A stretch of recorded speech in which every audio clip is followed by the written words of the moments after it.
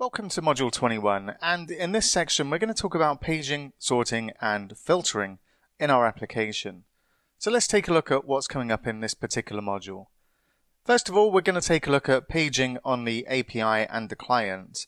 At the moment we're just returning all of our activities every time the user visits the activity dashboard. Now if they immediately click away from that page without scrolling down, then we've wasted some network resources in sending all of those activities back to the client. So what we want to do is only send back an initial batch of results, and then as the user scrolls down the page, we send them new activities and build up our list of activities. So if they do click away before they've seen all of the activities, then we haven't wasted sending back additional activities. We'll also take a look at filtering on the API as well as the client. And we want to give the user some options about what they get returned from our API. And we'll also take a look at sorting and making sure that we send back our activities from the server in some sort of order. And what we're going to look at in this particular module is the iQueryable. And this is a query variable that stores query commands. And an iQueryable, where we specify the type, and in this case, let's say it's an activity, then this is going to create an expression tree of link queries that we build up and store inside this iQueryable. And this expression tree doesn't make the call to the server until we do something that executes this particular queryable. So execution is deferred until iteration.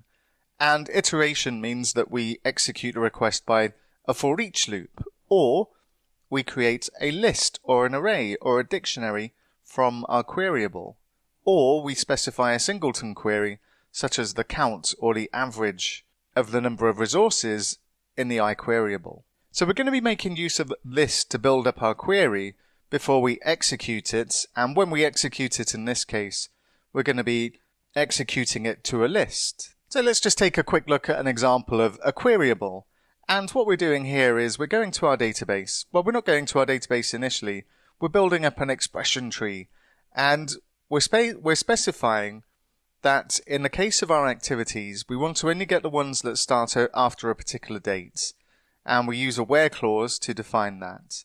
Then we specify an order by, so that we get our dates in date order, and then we store the queryable as a queryable. Once we have this expression tree, then we can either add more expressions, as in the case in the second half of this query, and in this case we're going to skip 0 records and then take 3 records, and this is going to create a list of the earliest 3 activities in our activity table. And we execute this queryable by using the toList async and its list point that the call is made to the database. So we build up our query, we defer the execution, and then we actually execute the request when we call toList async. So that's what we're going to be doing in this particular section. Let's take a quick look at a before and after. And at the moment we're just loading up all of our activities whenever the user browses to the activity dashboard. In the case of the after scenario, this time we've got an infinite scroll going on, so it kind of looks very similar to what we had before. But if you look carefully, you will see a loading indicator at the bottom of the list as it's going out to load new activities. And we also have filters here as well, so the user can specify all of the activities they're going to, all of the activities in general, or just the activities they're hosting.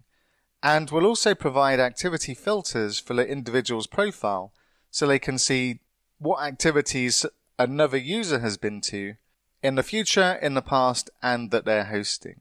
So that's where we're going with this, and let's go ahead and start building it.